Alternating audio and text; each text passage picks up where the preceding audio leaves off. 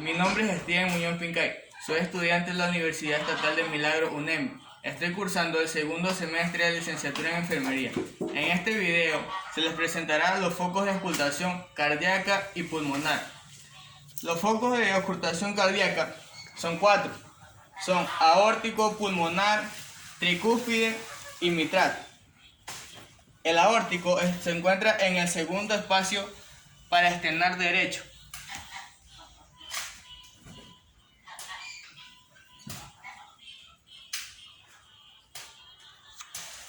El pulmonar en el segundo espacio intercostal izquierdo.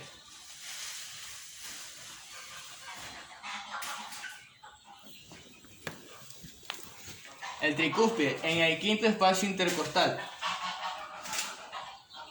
en la línea media clavicular.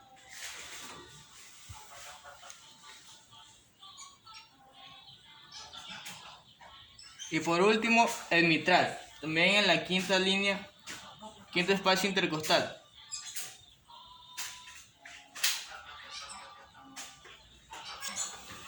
Ahora procederemos con los focos de auscultación pulmonar. El primero se encuentra debajo de la línea supraclavicular. Respira. Ya. El segundo, en el primer espacio intercostal.